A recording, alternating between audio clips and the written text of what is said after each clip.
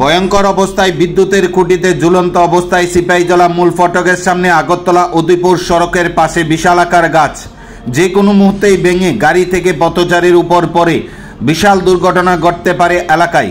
নীরব দর্শকের ভূমিকায় সিপাহীজলা চিড়িয়াখানার কর্মীরা বুধবার বিকেল 5:30 ভয়ঙ্কর অবস্থা দেখে আতঙ্কে ওঠেন পথচারী। চলন্ত অবস্থায় বাইক নিয়ে দাঁড়িয়ে পড়েন। পথচারী জানান যে কোনো মুহূর্তেই বিশাল দুর্ঘটনা ঘটতে পারে বিদ্যুতের তারে ঝুলন্ত অবস্থায় থাকা সিপাহীজলা চিড়িয়াখানার বিশালাকার গাছ। জানা যায় এমনিতেই সিপাহীজলা জেলা অ্যাক্সিডেন্ট জোন হিসেবে পরিচিত।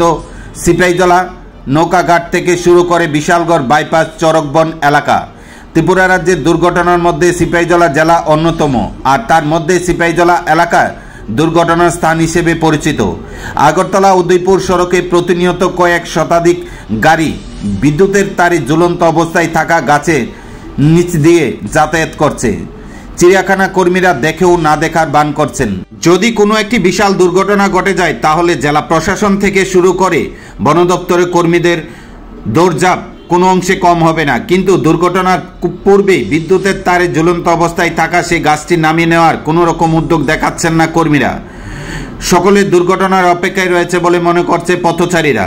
দ্রুত এই গাছটি বিদ্যুতের তারে ঝুলন্ত অবস্থায় থেকে নামিয়ে নেওয়ার দাবি জানিয়েছেন পথচারীরা।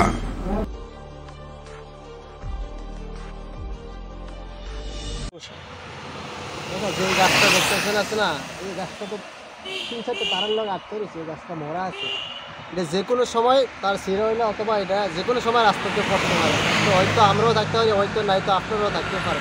কারণ যে কোনো মানুষের একটা ক্ষতি হতে পারে, পড়লে হয়তো বা গাড়ির উপরে পড়তে পারে, হয়তো বাইকের উপরে পড়তে পারে। আর চিপুরজলা পার্ক আছে, এখানে মানুষও আড়াউড়ি করে, পড়লে তো অসুবিধা হতে পারে। এই গাছটা কি রাস্তার দিকে?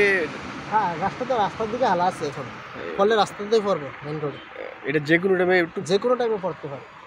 এই জায়গাটা কোন জায়গা? এটা forest department, Chipurjala first gate. First gate না? তুমি কি এখানে রাস্তার? না, আমি রাস্তা দিয়ে যাইতাম, দেখে একটু ইয়ে হয়েছিল। ব্যাপারটা ভয় পাইছো?